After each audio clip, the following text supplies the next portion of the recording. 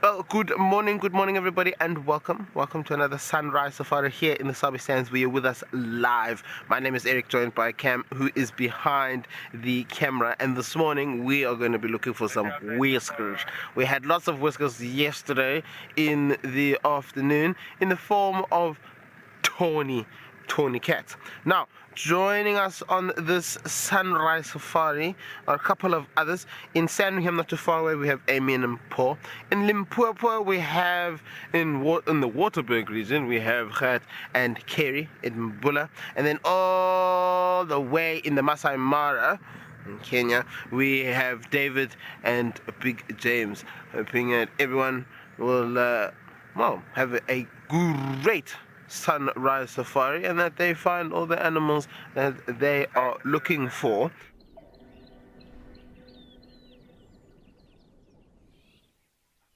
We have found something that is probably more rare than a bat-eared fox on this reserve at the moment, a secretary bird. This is my first time actually seeing a secretary bird on Mabula. There have been a few sightings called in on the radio while I've been on the reserve, but I never quite get here in time to find them, so very cool to see a secretary bird this morning.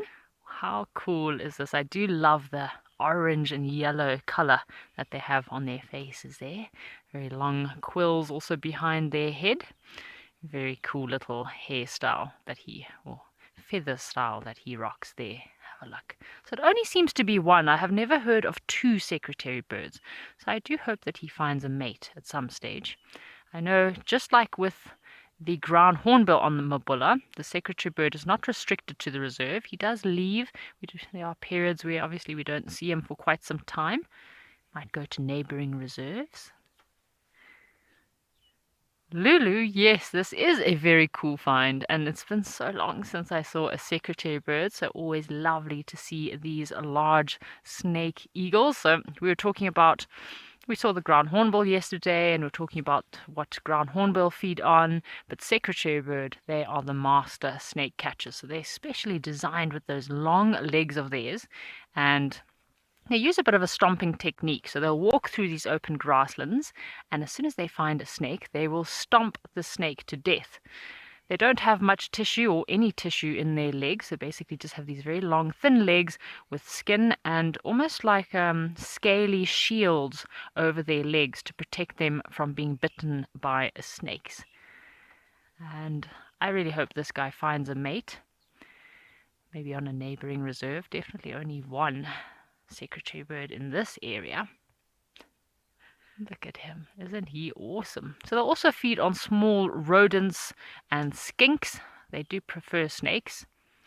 That is their preferred meal. But they do have a variety of other little creatures they'll feed on.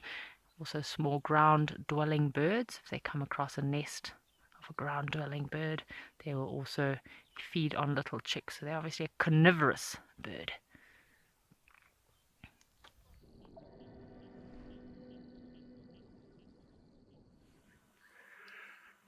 Now, we have come back to what I would call crime scene.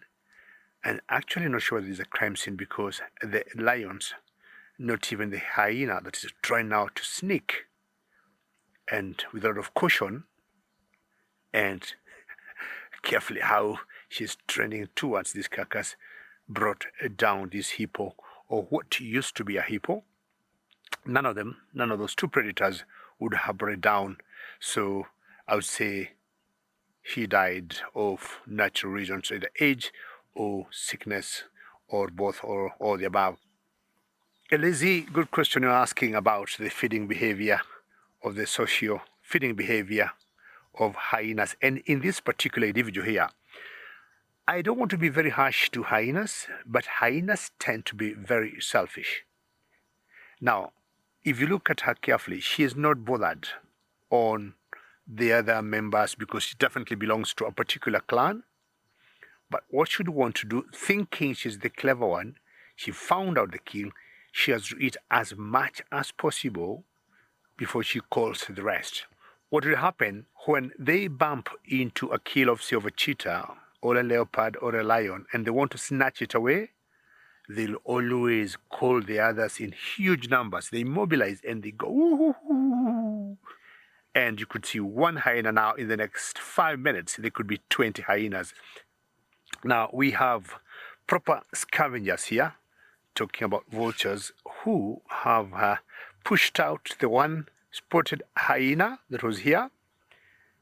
She was a bit selfish. I would imagine she would have called her friends, they would have had a chance to maybe fight off the vultures, but very quickly the first 3 vultures landed and the hyena was like, And what they normally do, they'll put their wings out, spread them out, and like make themselves looking big, and the hyena knew she had no chance.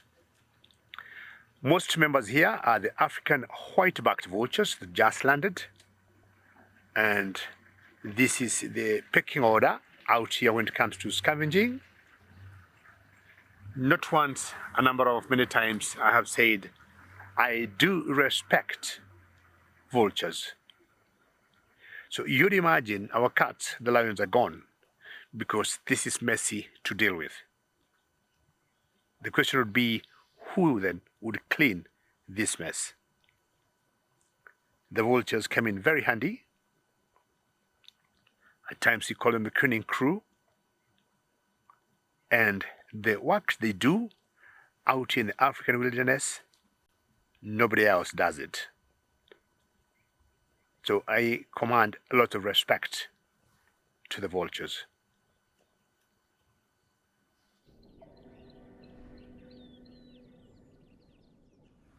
What is this walking down the Cam? What is that? Do you know? I can't make out what it is. It looks big.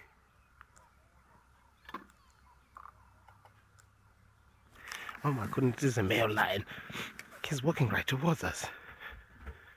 Oh my goodness. Okay. Well, let us move back. We can't. Oh my goodness, he's coming right at us. What do we do in these situations? We move back as quickly as we can to try and give him a bit of space.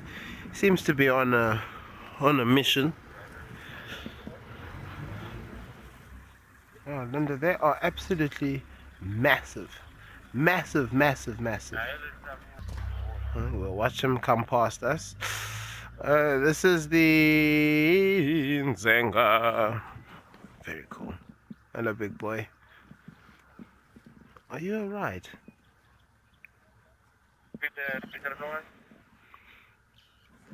That is daunting.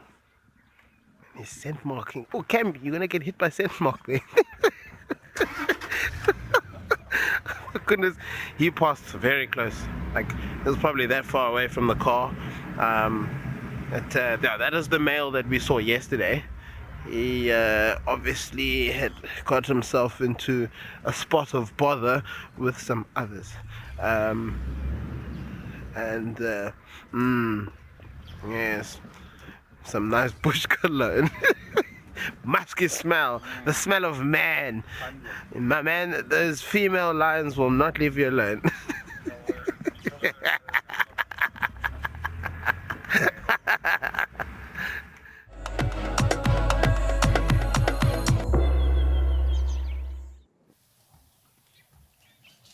We have found an elephant.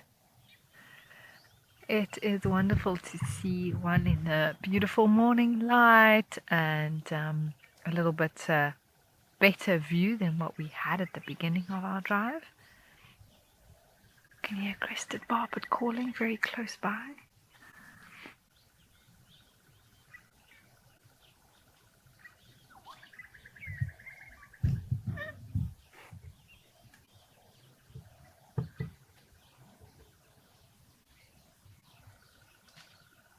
Only see him, but I'm sure there might be others around as well.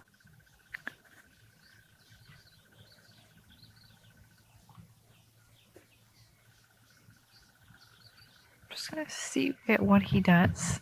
He might move quite quickly. If not, we'll reposition for you all.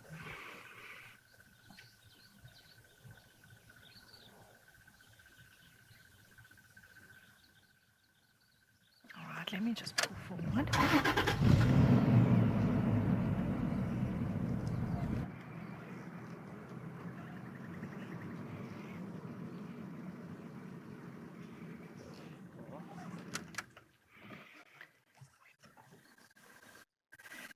hoping that maybe he comes across the road. And you can see that gets his sort of at the back, his hips there sticking out quite a bit more. You can see some of the rib lines, but that's all very normal in the dry season for the animals to lose a little bit of condition. Nikki, so there's a few things.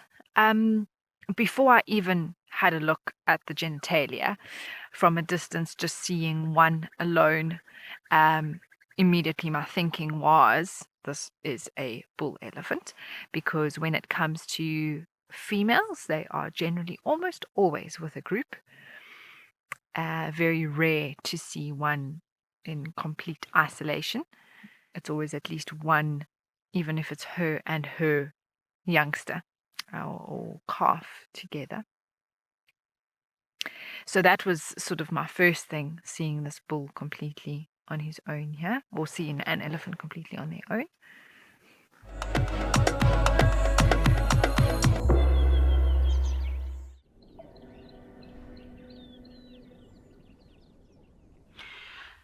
So we've just found a tiny little baby giraffe that has been acting a little bit strange. He's still got his umbilical cord attached. So normally when a baby giraffe is born, the umbilical cord is quite dry for the first day or so. And at about 2 to 3 days, that's when it starts to dry and shrivel up a little bit. But normally within 4 to 7 days, that's when it will drop off completely. So that means this little baby giraffe is probably under a week old, because he still has a tiny piece of his umbilical cord attached, which is really cool. There's a few tiny little baby giraffe on Mabula at the moment. Always lovely to take the time to appreciate these large land mammals. And he was acting quite strange. He was bending over. Seemed like he was kind of doing what I was doing with the termite mound and feeding on some sand, maybe practicing geophagia, and then he didn't like that so much, and then he gave a little bit of a hop and a skip and a jump. Very strange behavior for this little giraffe. How unusual.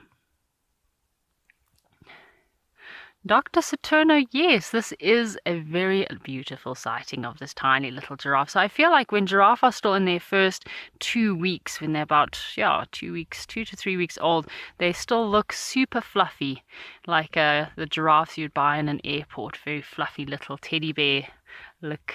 Kind of looks like fluffy little teddy bears. So he's still a bit young to tell if this is going to be a male or female. You can see his ossicones are very fluffy. Gestation period for these giraffe is normally about 14.5 to 15 months, which is one of the longest gestation periods in the animal kingdom. And when this little guy is born, he does have quite a long drop. So the calves drop about 1.5 to 2 meters at birth to the ground when they're born. And this does help to, 1, break the umbilical cord, and 2, give them their first breath of life. So, I mean, with humans, you get a pat on the back when you're born to help you breathe in for the first time.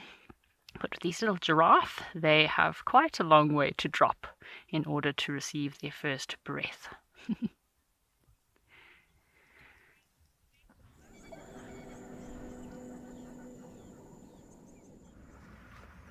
Oh, there's an elephant. Casey, so very interesting question. I don't know if I necessarily fully agree that it's like sunscreen for elephants. It's more about the cooling down of the body than it is about protecting it from the sun. If you look at an elephant, their bodies are already very, very grey. And in fact, often the color of the mud that they put on them is no more, oh wow, or less grey than the color they are already. He's reaching up to this anna tree. But there is an element of protection from the sun. There's an extra layer that the UV rays have to pass through. So I'm not saying that it's completely void. But the primary function when an elephant's doing that is oh wow, he is really reaching up there, even bending his back legs. the primary function is for thermoregulation. In terms of other animals doing it, well, they haven't got exposed skin necessarily. So the animals that we often see mud wallowing are things like elephants, buffalo, warthogs, and rhinos as well. And they don't have this sort of thick coat on them, like zebras and giraffes. Also, feasibly a little bit more difficult for something like a giraffe.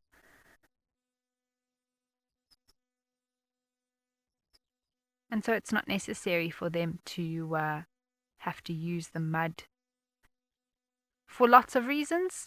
Sun protection, but also for cooling down as well.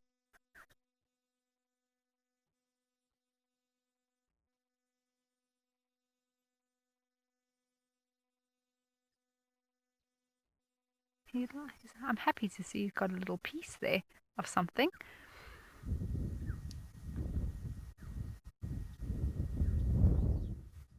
Yeah, Pedro, I know, and I mean, this elephant isn't even completely on its hind legs.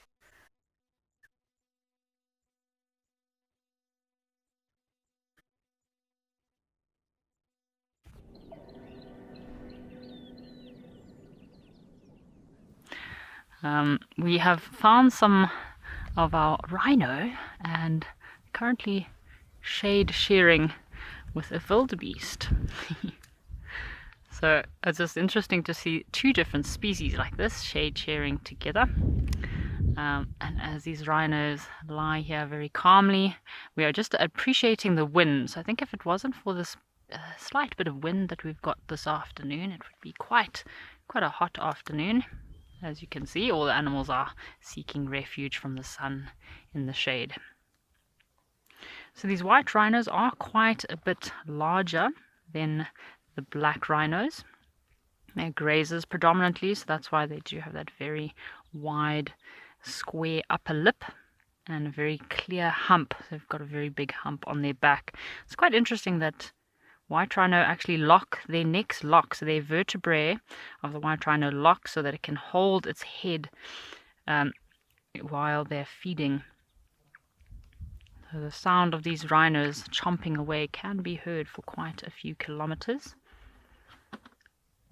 So over several hundred meters, you can hear them chomping on the grass. These rhino do feed about 10 to 12 hours a day. Kinsley, 12 years old. So I think herbivores would probably sit on their legs because it's easier for them to get up that way. Yes, I did see a rhino. We saw a rhino, when was it? Yesterday or the day before. He was lying completely on his side, resting. But most antelope, they would be very susceptible to predators if they completely lie down. I mean, I have seen wildebeest lying down on their sides, but generally that's the most comfortable position for herbivores to lie and also still be aware and alert of what's happening around them. But I mean, rhinos, elephants do also sleep within a 24-hour period. Elephants can sleep from anything between 2 to 4 hours. But elephants, because of their big body size, they can't lie on one side for too long. Otherwise, it does start squashing their rib cage and so they struggle to breathe. So they really do need to move quite a bit. Or big bulls, you'll find them resting up on the side of a termite mound or maybe even the side of a tree stump so that it can help them when they get up. Look at these rhinos. They're the only two creatures in this whole open plain that are actually out in the sunshine. Every other creature is lying in the shade. There's not another single animal out in the sun at the moment. Even the impala were in the tree line, hiding in the shade.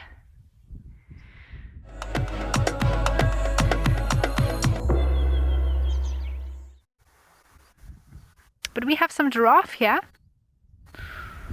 And it's just beautiful. They are right next to some water. I think they've just been for a drink and have come up and are starting to feed.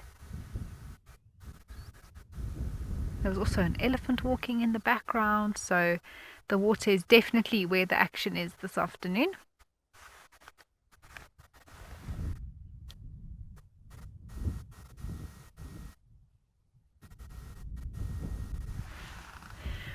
And you can see how it's so precise with those lip movements.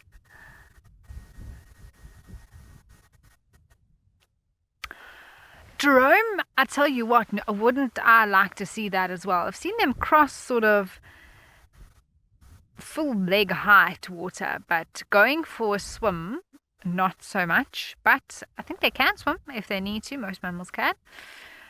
So it's not something that's impossible. But I don't think they would be the most gifted in terms of speed and strength when it comes to swimming. But I think in any situation, if you got to do what you got to do, then you do it. But sometimes they need to cross rivers and do what they have to. So they're just very cautious. So they wouldn't take that risk, I think, unless it was really necessary. I mean, even just approaching water, they take a long time to do that.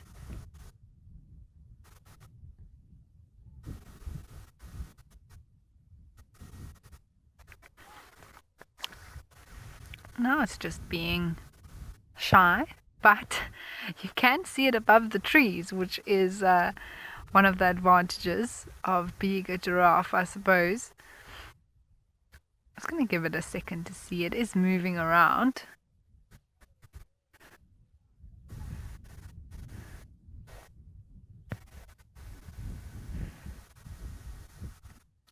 It does seem like a lot of them have crossed, so we might do a big loop around and go to Puva Road, which is just on the opposite bank here, but it's not there's no real shortcut. We'll have to do the long way to be able to see them from the other side.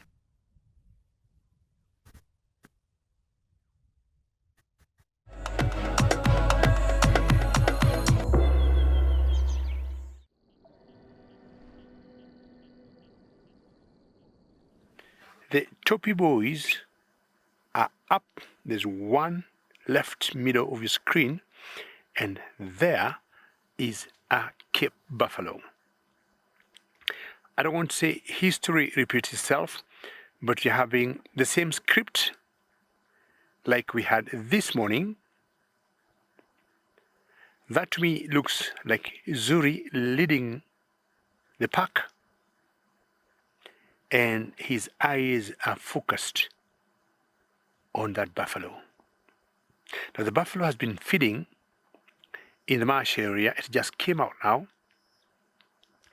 And in the middle to the right of your screen, that's the Cape buffalo, and is slowly moving towards the Topi boys. Now, I have that one leading there, which I'm guessing to be Zuri, and I got number 2 being Moja, and I got 4 of them in total. I can't see the 5th one, but I think they are all in communication, they are all in touch, and this is creating or building such a moment, because I have seen Jojo take a different direction towards the left.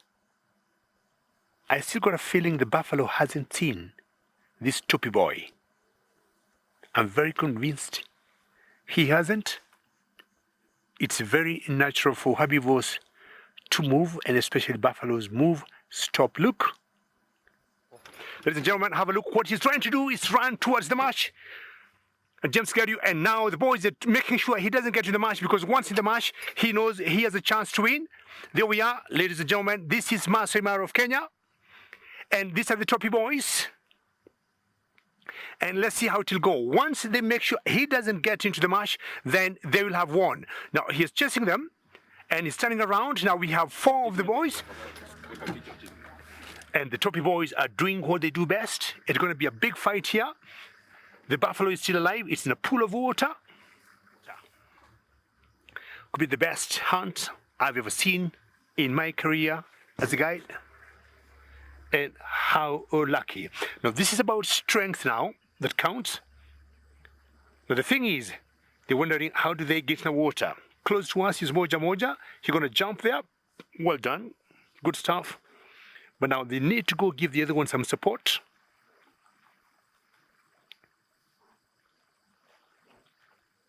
So lions and water don't do very well.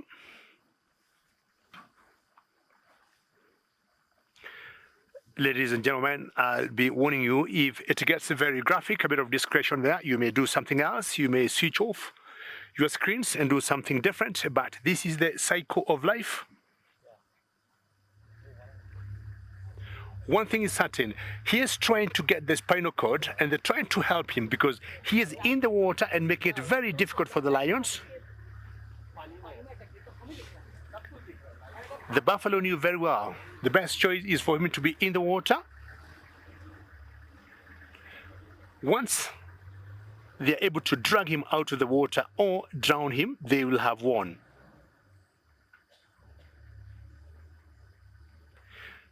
Kimberly Jumbo from the Masai Mara, and you're saying this is sensational. I mean, this could be one of my best hunts I've seen, and especially because of the location, looking at the size of that male buffalo, and also where they are trying to bring him down. They got a long way to go. He's a big boy. Buffaloes and these lions have to be very cautious. They have to be very careful. They've been hurt. So he is still alive. The thing is, he is in water. The lions are on land. But either way, I'm sure at one point this buffalo will have to go down. And what they may choose to do is just to traumatize him by staying in water. If it gets dark, that will not be very good news for the buffalo. And maybe the lions here, because they see much better at night than the buffaloes, that could be what they are waiting for. And the thing is, as I said, this could go on for hours and hours. There's a killer I saw with the Topi pride some years back, where it took them 12 hours to bring down a buffalo. A very similar scenario, because the buffalo ended up in a wall, and the Topi pride were 28 of them, 28, including these youngsters when they're very, very young. They surrounded the buffalo for 12 hours. And I'm sure he was also in water, couldn't leave, they were all around. So what I'm trying to say, in other words, as it gets dark and the action dies down, I may have to leave them and tell the lions good luck and bad luck for the buffalo. But this is the food chain, is the cycle of life. Huge man, Jojo. Nice yawn, well done.